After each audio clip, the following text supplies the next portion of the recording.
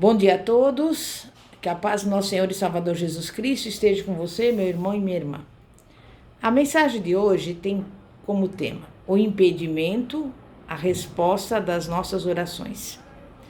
E nós vamos abrir a palavra de Deus no Evangelho de Mateus, capítulo 6, dos versículos 12 ao 15, que diz assim: Perdoa as nossas dívidas, assim como nós perdoamos nossos devedores.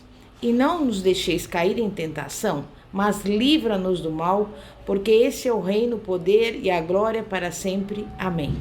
Porque se perdoardes aos homens as suas ofensas, também vosso Pai Celestial vos perdoará a vós.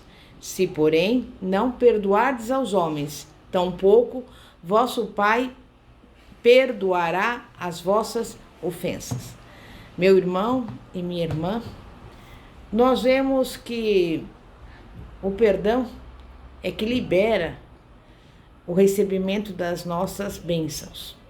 A oração da fé, aquela que remove até as montanhas, se necessário for, e se necessário for que sejam desarraigadas e lançadas ao mar, para que tenha resposta, é necessária que uma condição seja cumprida. E essa condição é liberação de perdão. Jesus proclama que a oração só poderá ser feita legitimamente por aqueles que livremente perdoam os seus devedores. Sem isso, toda a oração é em vão. Há pessoas que foram injustiçadas e desenvolveram um espírito de amargura. Semelhante espírito torna absolutamente impossível o recebimento da resposta à oração. Jesus, falando da necessidade de um espírito perdoador, disse aos seus discípulos que se um irmão pecasse contra o outro 7 vezes num dia, se arrependesse e pedisse perdão, deveria ser perdoado. Sabe por quê? Porque Jesus previa que as pessoas tenderiam a adotar a atitude de, ao terem perdoado 1 ou 2 vezes, estariam justificadas ao recusarem mais perdão. Mas essa desculpa não será válida, pois se o irmão pecasse 7 vezes, por exemplo, num dia, se arrependesse e pedisse perdão, deveria ser perdoado pela pessoa. Sabe quantas vezes? Nós vemos aqui através da pergunta de Pedro. Pedro tinha a opinião de que deveria haver um limite ao perdão. E ele perguntou assim a Jesus: Senhor, quantas vezes meu irmão pecará contra mim que eu lhe perdoe? Até 7 vezes? Mas Jesus respondeu: Não te digo que até 7 vezes, mas 70 vezes 7. E antes que Pedro pudesse se recuperar do choque, Jesus contou a parábola do credor incompassivo. Contou que um servo que devia 10.000 talentos e não conseguiu pagar, foi até o seu senhor implorando misericórdia. E porque o senhor era compassivo, perdoou-lhe a sua dívida inteira. Quando, porém, um conservo ficou-lhe devendo 100 denários, esse servo incompassivo o agarrou pela garganta, exigindo que pagasse tudo. E isso não sendo possível, o servo incompassivo lançou o infeliz ao cárcere. Quando, pois, o senhor deles ficou sabendo dessa ingratidão, deu ordens para que o servo que se revelou incompassivo não recebesse misericórdia, mas que fosse entregue aos verdugos até que tivesse pago tudo. Jesus acrescentou em seguida: Assim também o meu Pai Celeste vos fará, se do íntimo não perdoardes cada um dos seus irmãos. Isso nós vemos em Mateus capítulo 18, versículo 35. Como sabemos, Jesus praticava tudo aquilo que pregava.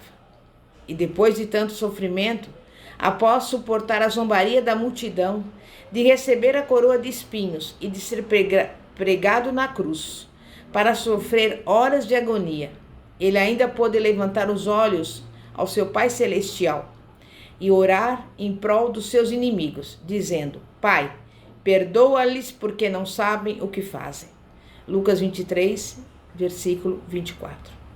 Jesus fez do perdão uma condição prévia absoluta para as orações serem respondidas. E por que ele atribuía ao perdão tão grande importância? Porque aqueles que exercem o perdão somente poderão agir assim se tiverem o amor de Deus derramado no seu coração. Somente aquele que tem amor desse tipo é digno de remover montanhas. Você sabia?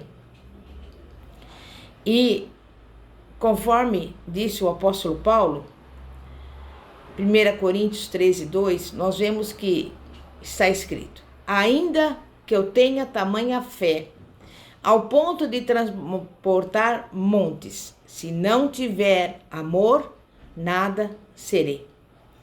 A importância dos cristãos manterem um relacionamento correto com os outros cristãos é claramente demonstrada no Sermão da Montanha. Nesta passagem, Cristo ensinou que se alguém chegasse ao altar com a sua oferta e se lembrasse que seu irmão tinha algo contra ele, deveria deixar a sua oferta diante do altar e ir imediatamente buscar a reconciliação. Depois, poderia voltar para oferecer a sua oferta. E deixar de buscar a reconciliação com outros membros do corpo de Cristo, na verdade, é um grave delito contra os princípios nos quais se baseia o governo divino. De fato, Jesus Cristo faz a declaração solene de que aquele que se recusa a reconciliar-se com seu irmão deveria ser considerado um pagão. Mateus 18, versículo 17. Uma das mais belas ilustrações do perdão acha-se na história de José. Poucos homens já foram tratados pior pelos seus irmãos do que o jovem José. Vendido como escravo, o moço foi tirado da casa em tenra idade e levado cativo para um país estrangeiro. E lá ficou sujeito a duras provações e tentações, e por causa de uma acusação maliciosa e inteiramente falsa, foi lançado ao cárcere, aonde ficou por longos anos. Chegou, porém, a hora em que José teve condições para executar plena retribuição aos seus irmãos que não lhe mostraram misericórdia. Optou, porém, por lhe mostrar bondade em troca do mal que tinham feito contra ele, e ao fazê-lo, recebeu a bênção divina acima de todos os outros. Aquele que faz a oração da fé precisa também estar disposto a enfrentar e vencer as tentações inerentes ao transportar montanhas. Foi no Monte Moriá que Abraão encontrou a prova suprema da sua vida. Ao pedir-lhe Deus renunciar ao seu único filho, Isaque. A firmeza de Abraão em aguentar a prova valeu-lhe o cognome de pai da fé. Foi no Monte Carmelo que Elias desafiou os profetas de Baal, reconduzindo Israel a Deus com as palavras: até quando cocheareis entre dois pensamentos? Se o Senhor é Deus, segui-o, e se Baal, segui-o. E lá, diante do povo, justificou ele a sua fé num Deus sobrenatural, quando, em resposta à sua oração, do céu desceu fogo e consumiu o sacrifício. Cedo ou tarde, os cristãos irão enfrentar as mais sutis tentações do diabo, inclusive o orgulho e a ambição. Não devemos, porém, buscá-la. Nenhuma vantagem há em nos colocarmos no seu caminho. Foi por isso que Jesus Cristo nos ensinou a orar: não nos deixeis cair em tentação, mas livra-nos do mal. Eis aqui a antecipação divina ao mal e a libertação dele antes que nos enlace. Pessoas buscam a Deus depois que as complicações as envolveram, sem compreenderem que se houvessem orado mais cedo, talvez as tivessem evitado. Provérbios 27:12 diz: o avisado vê o mal e se esconde, mas os simples passam e pagam a penas. Há um lugar de segurança e proteção do mal, que está no conhecido Salmo 91, que diz: aquele que habita no esconderijo do Altíssimo, à sombra do Onipotente descansará. Porque ele te livrará do laço do passarinheiro e da peste perniciosa. Ele te cobrirá com as suas penas e debaixo das suas asas estarás seguro. Aqui nós temos a prometida libertação dos ardis de Satanás. Jesus ensina que melhor seria que os homens orassem antes, para ficarem livres da tentação, do que socorridos depois que ela os engolfasse. Com os discípulos, nem tudo ia bem. Iriam passar pela maior crise das suas vidas. Em breve, surgiria o traidor e sobre eles cairia pânico e confusão. Entretanto, durante aquele precioso tempo em que poderiam se fortalecer para enfrentarem a tempestade que sobre eles desceria, continuavam dormindo. Jesus Cristo interrompeu a sua própria oração no esforço por torná-los conscientes do perigo. E disse: vigiai e orai, para que não entreis em tentação. De nada, porém, isto valeu. Os discípulos continuaram a dormir. Os milicianos armados vieram e eles despertaram para cair em grande confusão. E Pedro, em pânico, negou seu mestre e chorou amargamente por esse ato de covardia. O seu grande erro fora não ter orado quando ameaçado de tentação. Ele não deu ouvidos às palavras de Jesus: vigiai e orai, e continuou a dormir enquanto o mundo lhe ruía aos pés. Mas nós temos com isso uma advertência para os nossos dias. Essa advertência para vigiar e orar também se destina a nós nos dias atuais. Prever o mal e evitá-lo através das advertências prévias dadas por Deus é uma lição ensinada repetidas vezes nas Escrituras Sagradas. Os filhos de Israel, nos dias de Josué, tinham alcançado algumas vitórias notáveis. Mesmo assim, foram levados por meio de um ardil a fazerem aliança com uma tribo dos habitantes de Canaã, o que Deus expressamente proibira. Caíram na armadilha, porque com o júbilo da vitória negligenciaram buscar o conselho do Senhor. Josué 9:14. Davi tinha o hábito de inquirir o Senhor antes de tomar cada decisão. E certa vez, Saul veio à cidade de Keila, a cidade onde Davi estava morando. Davi tinha motivos para se sentir seguro naquela cidade, pois conseguiram uma grande vitória em favor dos cidadãos. Mas quando perguntou ao Senhor a respeito, foi advertido que esses cidadãos o trairiam e que ele deveria escapar. Você pode conferir essa passagem lá em 1 Samuel, capítulo 23, dos versículos 5 ao 11. Neemias também era um homem poderoso em oração. Os inimigos, no entanto, se opunham a ele e ridicularizavam o seu trabalho. E certa vez, procuraram ardilosamente lesar a sua reputação, ao enviar-lhe secretamente um mensageiro para persuadi-lo a procurar refúgio, por causa de uma suposta trama para matá-lo. Mas Deus revelou que a história toda era fraudulenta. Na verdade, era uma tentativa de desacreditá-lo aos olhos do povo. Neemias era um homem que sabia evitar as ciladas do inimigo, porque ele sabia obter respostas às suas orações. E você, meu irmão, minha irmã, você tem obtido respostas às suas orações?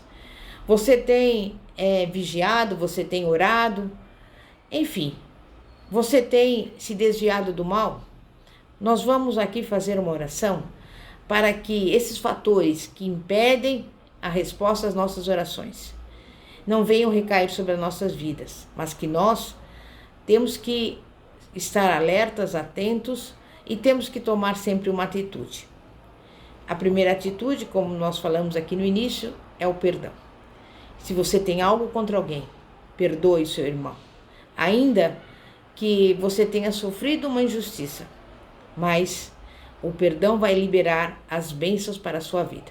Santíssimo Deus e poderoso Pai, Pai de nosso Senhor e Salvador Jesus Cristo, Pai, nós sabemos que vários fatores impedem as respostas às nossas orações. Inicialmente, Pai, nós não permitiremos que a mágoa, o ressentimento, a ira ou quaisquer sentimentos negativos dominem o nosso coração.